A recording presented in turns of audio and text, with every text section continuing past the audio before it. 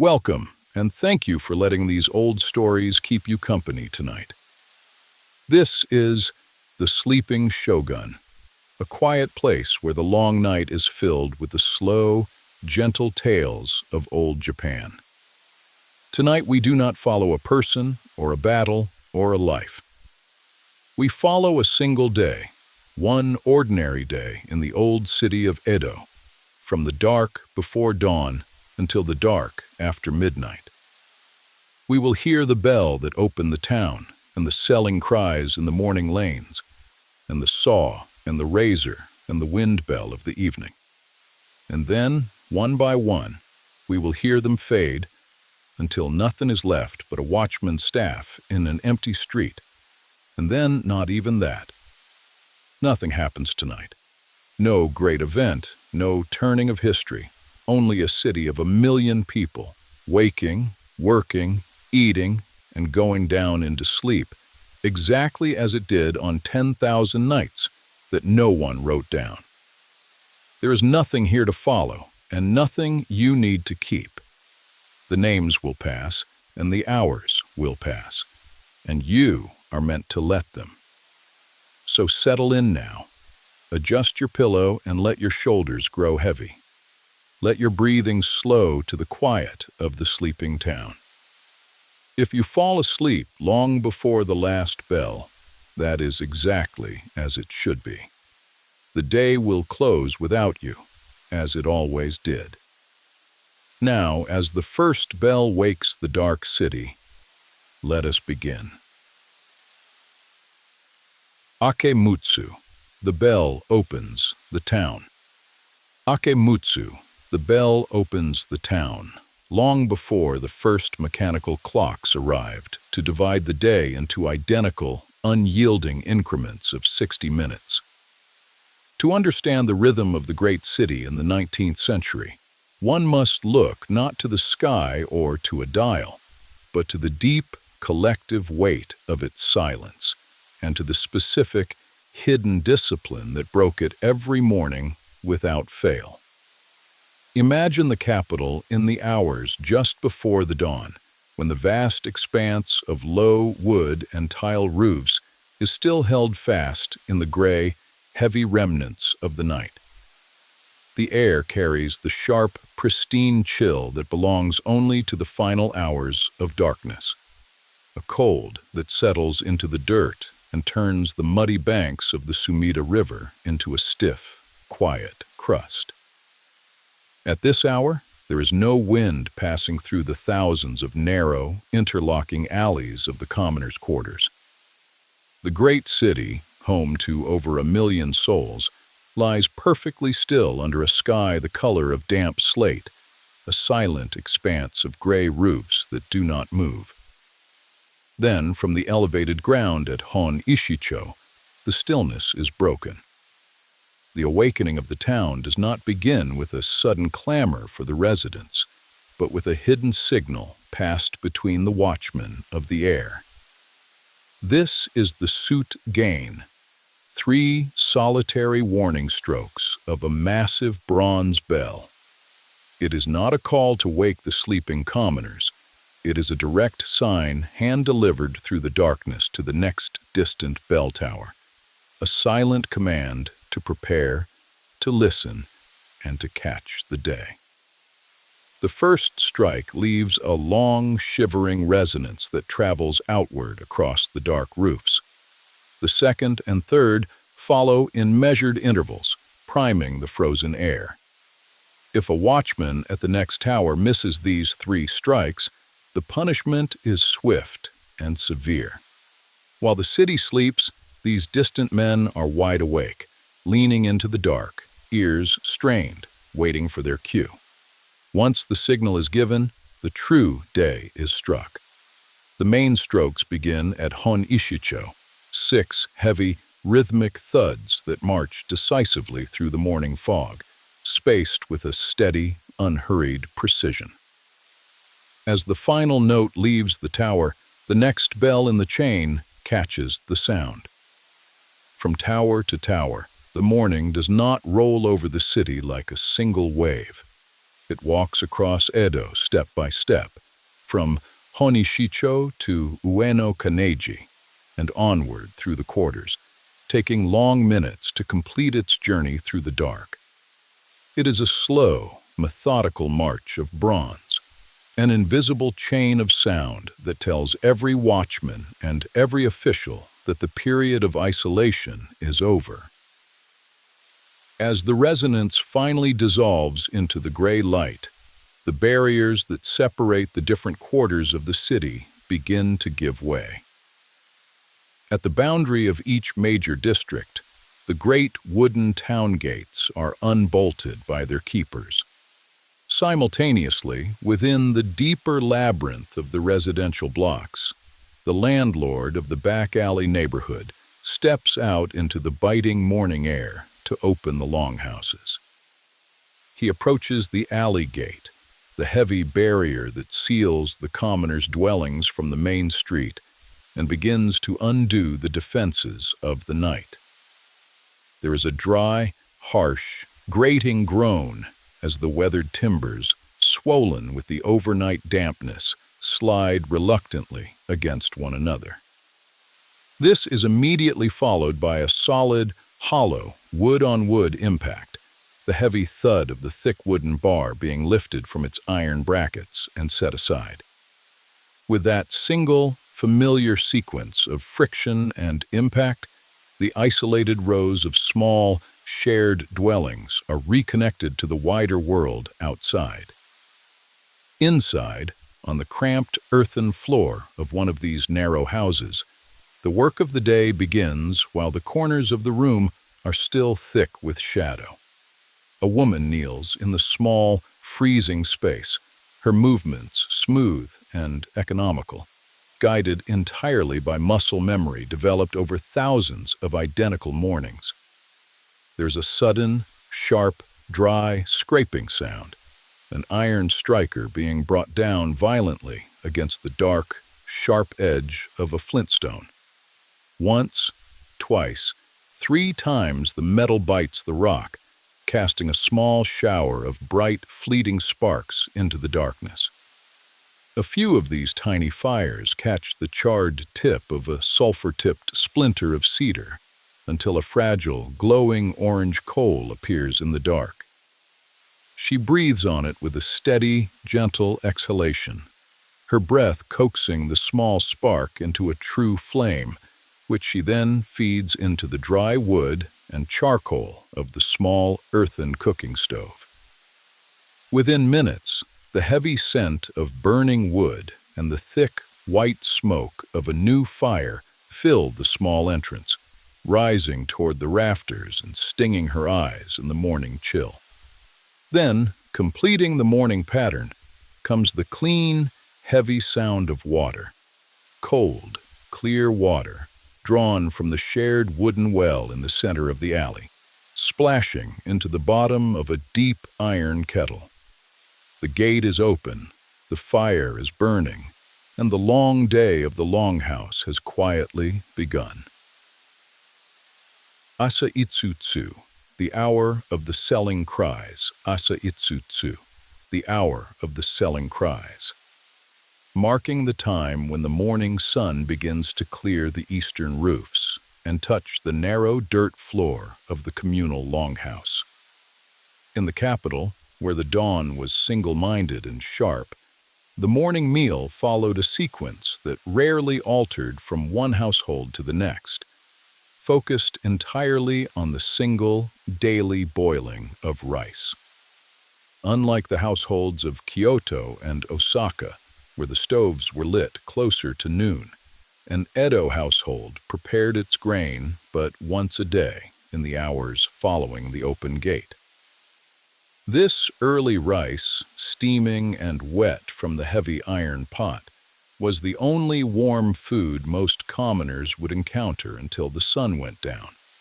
Whatever remained was moved into a wooden tub and set inside a basket woven from straw to hold what little warmth it had, to be eaten cold for the midday rest in the evening twilight. The small rooms, measuring only 4 tatami mats and a half, soon filled with the thick, sweet steam of grain, a heavy moisture that clung to the soot-stained paper of the sliding screens and softened the dry straw of the bedding. As this first warmth began to settle, the deep silence of the residential blocks was dissolved by the arrival of the pole carriers, the traveling vendors who navigated the narrow paths with balanced loads swinging from weathered bamboo. They entered the longhouse lanes one by one, each carrying a signature cry that functioned as a distinct clock for the neighborhood. There was the seller of fermented beans, his bundles wrapped tightly in dry straw, offering his small portions for a few copper coins, while the steam of his own breath mixed with the morning fog. Behind him came the clam seller, his deep wooden buckets heavy with mud and wet river water from the brackish flats down by the bay. The small, dark shells scraped against one another with a flat, wet rattle as he walked, a continuous sound accompanied by the thick, low scent of tidal silt and marsh gas that briefly displaced the smell of the charcoal fires.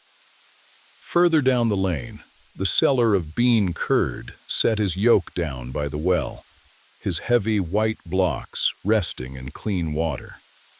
Although a single block of curd cost more than 10 times the price of a morning portion of beans, the families of the longhouse managed by asking for fractions.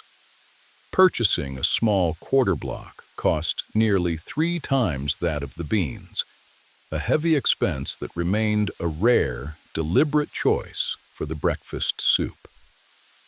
The various voices rose and overlapped in the narrow spaces, a rhythmic pattern of trade that did not linger, but slowly receded as the carriers moved outward toward the larger streets, their distinct cries growing faint as they left the neighborhood behind.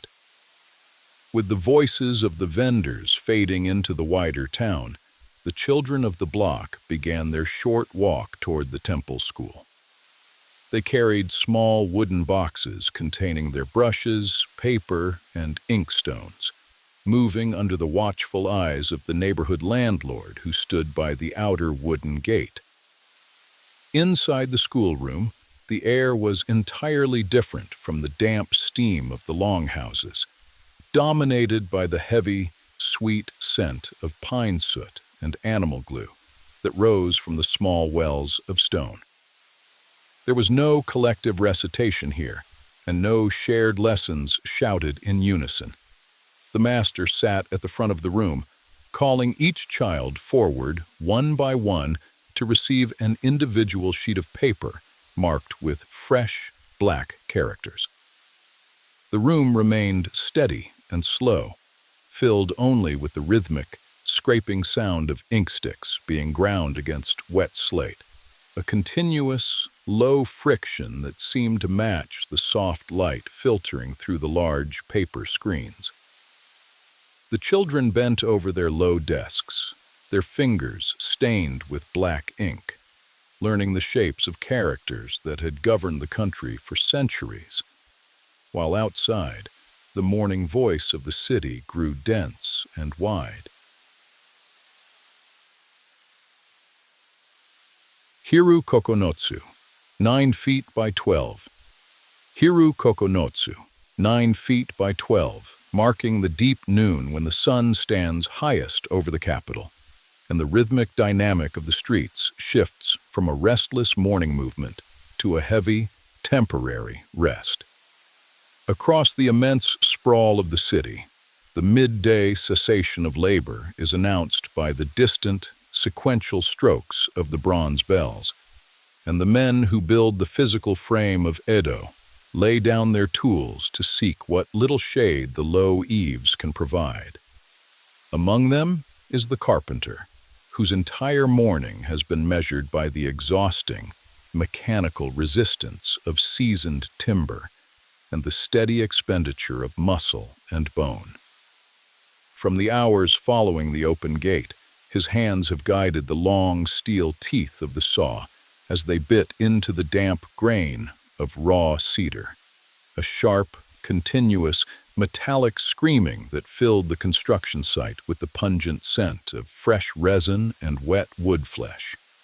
His palms are stained with the bitter, sticky juices of pine, and the fine, pale dust of the timber clings to the sweat of his neck and arms, forming a dry crust that tracks the precise progress of his labor. To watch him work is to understand that the physical growth of the capital depends entirely on this relentless friction between flesh and tree. For this continuous application of strength, his standard daily wage is fixed at 5 monmi and 4 fun of silver. Should the heavy gray clouds of the rainy season open, however, or a sudden winter storm freeze the timber, his income instantly vanishes. The shifting weather is the true master of his household, and a single day of driving rain means the day is entirely without profit, forcing the family to rely on the thin leniency of the neighborhood merchant.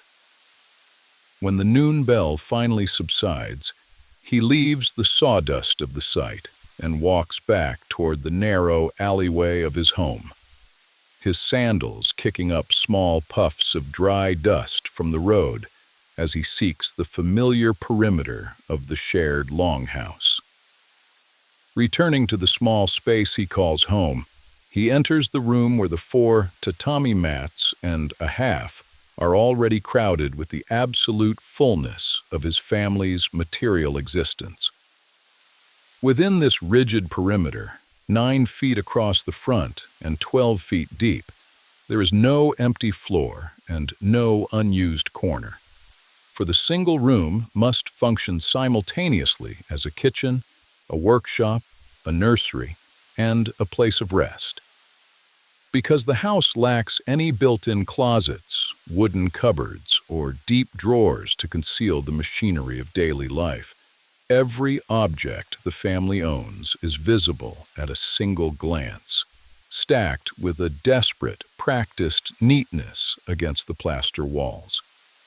Their extra winter garments, a few spare cotton quilts, and the tools of his wife's occasional evening needlework are packed tightly into heavy woven wicker baskets stacked high in the furthest corner of the room, masked from the immediate view of visitors only by a low, paper-faced folding screen placed near the pillows. The air within the small dwelling is dense and old, holding the stale, oily smell of the cheap fish oil lamps from the previous night, the persistent dampness of old straw mattresses, and the faint, sweet scent of tobacco smoke that has settled deep into the grain of the exposed cedar pillars. Sitting near the threshold, he consumes his midday meal, a quiet, repetitive routine that offers no variation from the morning before or the evening to come. He eats the cold rice that was boiled over the dawn fire, the grain now dense, clotted, and cold within the small wooden box, accompanied only by a single slice of salty, yellow radish and a cup of lukewarm water drawn from the shared wooden well in the center of the lane. It is a sparse, functional sustenance, eaten not for pleasure, but to restore the strength required for the remaining hours of the saw. Outside the low sliding door, the life of the alley continues in a lower key. The voices of the women washing clothes near the well mixing with the dry rustle of the straw mats. His fingers, rough and calloused from decades of handling raw timber, trace the frayed hemp binding of the tatami mat beneath him, feeling the coarse texture of the woven straw that has grown smooth and dark under the passage of many feet. It was said of the men of the back alleys, and they said it of themselves, that they were too proud to hold a coin past the dawn, preferring to spend every piece of silver on the pleasures of the evening rather than saving for an uncertain future. Yet as he looks around the small, shadow-filled room, the true nature of this financial philosophy becomes clear through the stark silence of the space. It was never a choice born of reckless generosity, nor was it the grand, careless style of the capital's true sons. It was the simple, mathematical reality that after the monthly rent for these 9 by 12 feet of earth was delivered to the landlord, and the rising costs of firewood, salt, oil, and daily miso were met, there was simply nothing left to carry over into the next morning. The coin did not burn a hole in his pocket because of some cultural pride. It was entirely consumed by the very machinery of staying alive from one sunrise to the next. He rests his heavy arms on his knees, watching the dust motes drift through the single shaft of noon light that falls through the high paper lattice of the window, until the brief silence of the alley closes over him completely. Hiruyatsu, steam and the razor. Hiruyatsu, steam and the razor, marking the afternoon hours when the daily instruction of the children comes to an end, and the slow migration toward the public bath begins to soften the sharp edges of the day's work. By mid-afternoon, as the boys and girls gather their writing boxes to head back to the longhouse lanes, the first thick plumes of white steam begin to roll from the sloped timber roofs of the public bathhouses.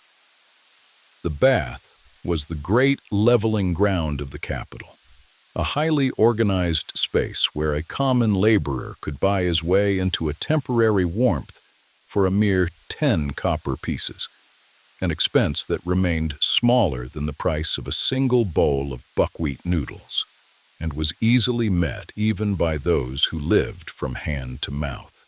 Stepping over the high wooden threshold, the bather hands his copper pieces directly to the attendant perched on the high wooden platform that divides the entrance, before placing his garments into a simple wicker basket. Inside, the physical world narrows to a dense, white obscurity, where the thick smell of wet cedar and seasoned cypress dominates the senses. The timbers swollen and sweet from decades of absorbing high moisture. The floorboards underfoot are cut from long planks of cedar, sloped with a gentle, calculated angle toward the outer drainage grates, their surfaces worn perfectly smooth by the constant passage of bare feet and the wash of hot water. Here, the quiet is maintained by the low, continuous sounds of washing, the sudden, hollow splash of wooden buckets scooping water from the central tank, the steady rustle of wet cloth against skin, and the low, echoing murmur of men discussing the small politics of the neighborhood, while submerged to their chins in the scalding water. It was a physical sanctuary where the dry dust of the carpenter's sawdust and the cold mud of the clam seller's boots were washed away, leaving only the clean, heavy moisture of the steam to rise toward the high rafters. Just a short walk from the damp planks of the bathhouse, another shared space offered a different kind of quiet focus. The shop functioned not as a place of hasty grooming, but as a slow, stationary social house where men gathered to sit, smoke, and exchange the news of the day while waiting their turn on the low benches. The waiting area was entirely geared toward leisure, offering simple wooden boards for go and for the Japanese chess called shogi, alongside small stacks of illustrated storybooks to occupy the hands of those who had no work to return to. The air in this room was thick with a sweet, heavy scent, the rich, vegetable perfume of camellia oil used to smooth the hair and bind the elaborate top knots of the commoners. To sit in the chair was to submit to a highly disciplined, tactile routine, where the sharp steel plate of the razor was brought to the skin. When the razor finally touches the forehead to clear the crown, the sound is unlike any other in the city. It is not heard through the ears, but felt as a low, dry vibration traveling directly through the bones of the skull. The sharp steel plate slides over the skin with a rhythmic, scraping resistance, a continuous, metallic whisper that tells the mind precisely how close the edge is to the bone. Under this steady scraping, the small anxieties of the day seem to be shaved away, along with the rough stubble of the face, leaving only a cool, clean surface and the sweet, lingering perfume of the hair oil. As the shop begins to empty and the men step back out into the cooling afternoon air, the thick steam of the bathhouses and the sweet aroma of the camellia wax begin to slowly thin, dissolving into the wide, gray shadows that are now beginning to stretch across the main thoroughfares of the capital. Kuremutsu, the twilight that gathers the light. Kuremutsu, the twilight that gathers the light, marking the transition when the sun slips below the western horizon and the vast sprawl of the capital begins to pull inward, its focus shrinking from the wide avenues to the dim warmth of a single flame. To understand the division of time in Edo, one must understand that these hours were never governed by steady, identical increments, but were ruled by the shifting duration of daylight itself. The hour of 6 strokes at dusk was determined entirely by the actual moment of sunset. In the heat of midsummer, the night did not officially begin until what would now be considered late evening, while in the bitter cold of winter, the same bronze note was struck hours earlier when the frost was already settling on the wooden shingles. The city lived by the breathing of the seasons, expanding and contracting with the natural arch of the sun. When the evening bell finally traveled from tower to tower, its sound was the signal for the landlord to step out once more into the cooling lane to close and bolt the alley gate, sealing the families of the longhouse into their private perimeter for the night.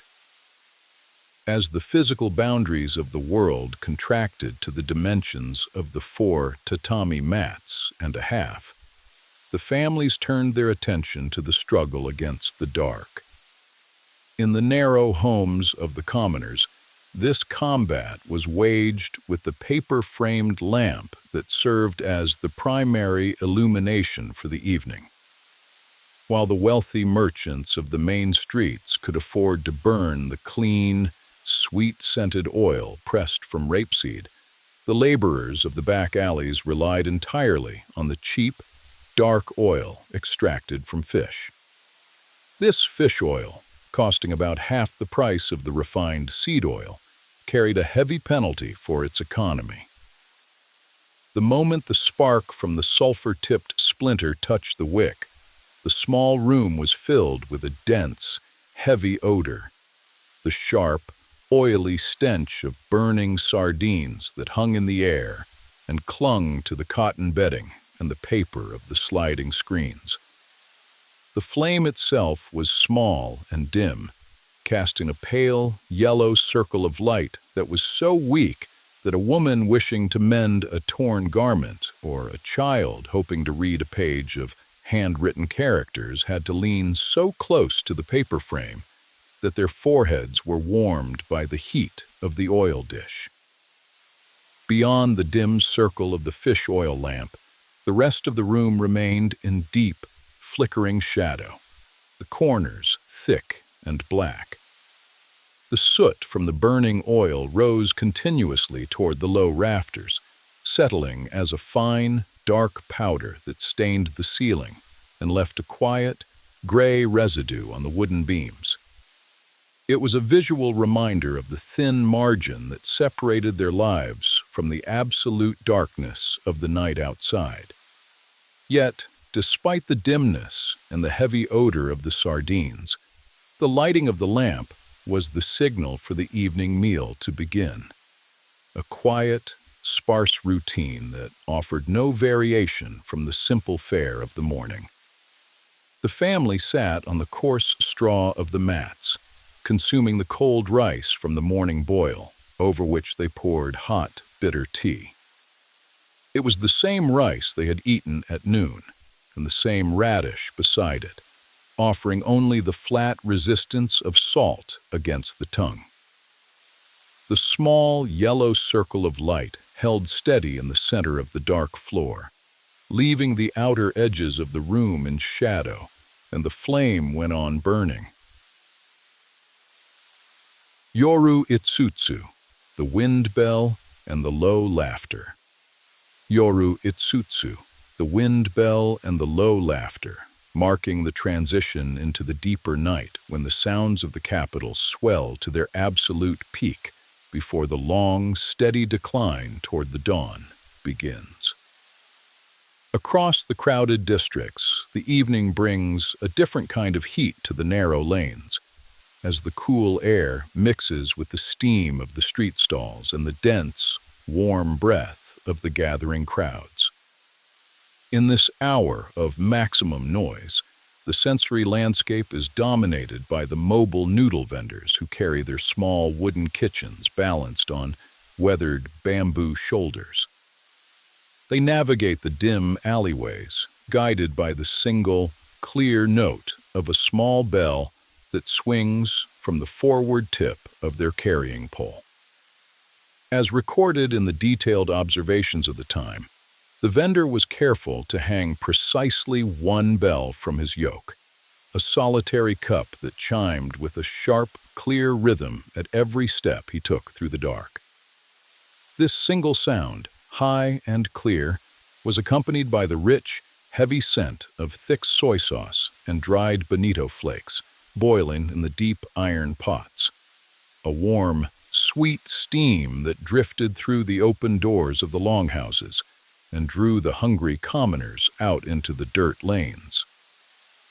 For a long stretch of the 19th century, a bowl cost 16 copper coins. It was not a coin the commoner had saved from his earnings, but rather one of those coppers that was never going to last the night anyway, spent easily for the immediate comfort of the heat. Those who gathered around the small wooden benches of the stall did not speak of the origins of the trade or the names associated with the night vendors. They came simply to stand in the light of the paper lantern, their hands cupping the cheap wood bowls while the dry sound of splitting wooden chopsticks, a sharp, clean snap, echoed against the low roofs. The customers swallowed the hot, savory broth in long, noisy draughts, their faces warmed by the steam of the kettle, finding a temporary shelter in the small circle of light before the vendor lifted his heavy yoke once more to continue his walk. Further down the main thoroughfares, the sound of the city grew even denser, where the low timber houses of the public theaters, the yos, spilled their warmth and noise into the street. Inside these packed rooms, the air was remarkably thick and humid, heavy with the warmth of hundreds of bodies sitting shoulder to shoulder on the coarse straw mats. The pale light of the lamps was continually obscured by the heavy blue clouds of tobacco smoke that drifted from dozens of slender bamboo pipes, rising toward the low ceiling in slow, quiet spirals. Here, the commoners gathered to lose themselves in the long, rhythmic cadence of the storyteller's voice, their collective presence marked by sudden, deep roars of low laughter that shook the wooden screens, and the dry, rolling rumble of hands clapping against the tatami to signal their approval.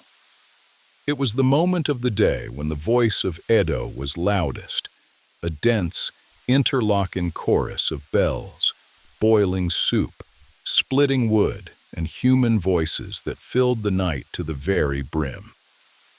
As the crowds finally began to trickle back into the dark alleys and the heavy wooden doors of the theaters were slid into their frames, the traveling vendor moved further down the lane, his single wind bell chiming with a slower, more distant cadence as he turned the corner. The high, clear note slowly fading into the wide shadows of the silent houses. Yoru Yotsu, the gates and the counting wood. Yoru Yotsu, the gates and the counting wood, marking the arrival of the deep night when the heavy wooden barriers are slid into place, and the diverse sounds of the town begin to systematically disappear, leaving only a few isolated rhythms to police the quiet. At this hour, the great town gates, the Machi Kido, which have stood open since the first bells of the morning, are finally closed by their keepers. The closure is defined by a heavy, metallic thud as the massive, iron-reinforced wooden bar is slid home into its brackets, sealing each district into its own separate compartment for the remaining hours of the night. For those who are delayed and find themselves on the wrong side of the timber, passage is possible only through the small, narrow wicket gate built into the side. Here, two elderly watchmen, who live full-time in the small guardhouse by the gate, and supplement their thin income by selling roasted sweet potatoes, cheap sweets, and household odds and ends to the neighborhood, stand ready to record every movement. No one passes through the wicket gate in silence. The traveler must state their name, their destination, and their business, all of which are carefully written down by the light of a single paper lamp before the small wooden door is latched once more. As these late travelers move from one district to the next, their progress is signaled through the dark by the specific practice of the counting wood. When a person passes through the gate, the elderly watchman strikes his solid wooden clappers against one another, making a sharp, dry crack that travels instantly through the quiet alleys. The number of strikes is not a variable rhythm or a random warning.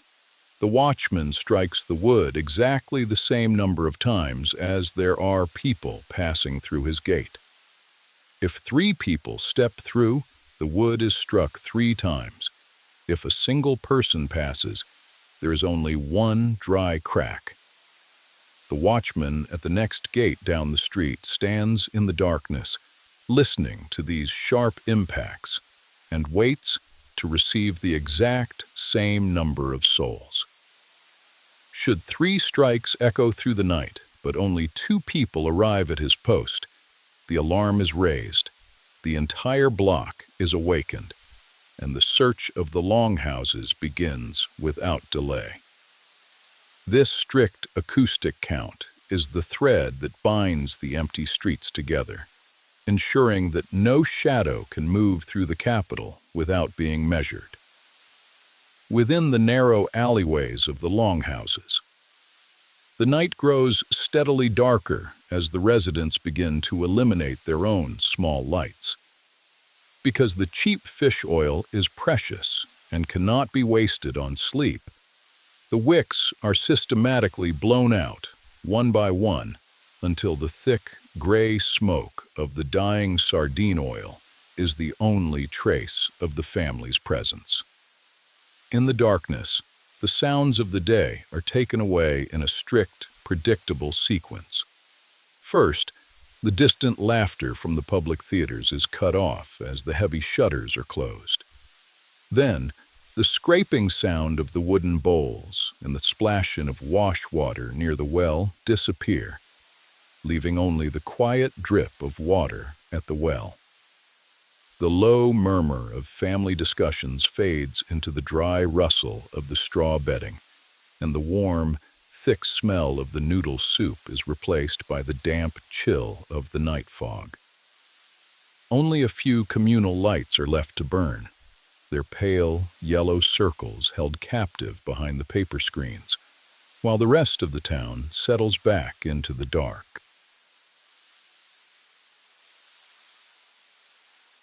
Yahan, the quiet steel and the unrung bell.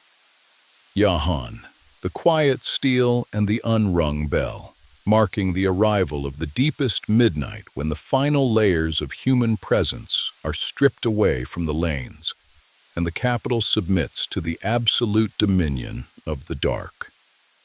Within the shuttered rooms of the longhouses, the inhabitants lie perfectly still under their thin cotton quilts, their breathing slow and heavy in the cold air. The only remaining illumination is the tiny orange spark of the Ariake Andon, the singular wooden safety lamp that is left to burn through the night, so that anyone who woke in the dark would not wake into nothing at all. Its construction is defined by a sliding wooden cover pierced by a single, narrow opening, cut into the shape of a crescent moon. By sliding this heavy cover down, the direct, harsh glare of the burning oil is completely obstructed, allowing only a thin, pale thread of amber light to escape through the lunar window and fall quietly across the coarse straw of the tatami mats near the pillows. It is a minute, captive light that does not seek to conquer the darkness of the room, but merely offers a steady, silent anchor for the eyes of those who cannot find their way to sleep. Outside the thin wood of the sliding doors, the silent streets are policed only by the low, mechanical passage of the night watch. The watchmen move with a slow, deliberate cadence through the mud and gravel of the empty lanes, their presence announced long before they arrive by the cold, metallic friction of the kanabo, the heavy iron staff they carry in their right hands. As they walk, the loose metal rings fitted through the tip of the staff slide against the iron shaft and strike the small stones of the roadway, letting out a dry, chilling sequence of sounds. A low scrape, a dull impact, and a thin, shivering ring that cuts through the freezing fog. It is a slow rhythm, scrape, strike, ring, that approaches from the main street, grows briefly distinct as the watchmen pass the bolted alley gate, and then slowly recedes back into the distance, the sharp metallic intervals growing soft and flat until they are completely swallowed by the heavy dampness of the air. High above the silent roofs, the massive timber frame of the fire watchtower stands as a black silhouette against the stars, its suspended bronze bell hanging perfectly still in the cold night. In a city built entirely of dry cedar and paper, where a single spark from a kitchen stove could consume a whole quarter of the city before the dawn, the threat of ruin was a continuous, hovering presence. The danger was real, and the loss of everything was a disaster that could arrive on any wind. Yet tonight, the watchman on the high platform merely leans against the railing, his eyes scanning the dark horizon for the first sign of rising smoke, and the heavy wooden striker remains motionless beside the bronze rim. The bell did not ring. That simple, quiet fact, the absolute silence of the bronze tower, is the only shield the sleeping town requires. The quiet closing of a day that passed, as most days did, without disaster. The distant scrape of the iron staff finally disappears. The small crescent of amber light on the floor remains perfectly still. and the empty streets are left to the cold, unbroken weight of the silence. If these quiet hours have carried you gently toward sleep, then the night has done its work. Should you wish for more of these slow journeys, you are always welcome to follow the channel, so that the next long night finds its way to you. If the quiet suits you, there is a night of yokai waiting on this screen, the creatures of the old countryside, met gently from dusk until dawn. And if you would rather drift back into a single life, there is the long, quiet evening of a woman called Gracia, who read by a single lamp through 16 years behind white walls.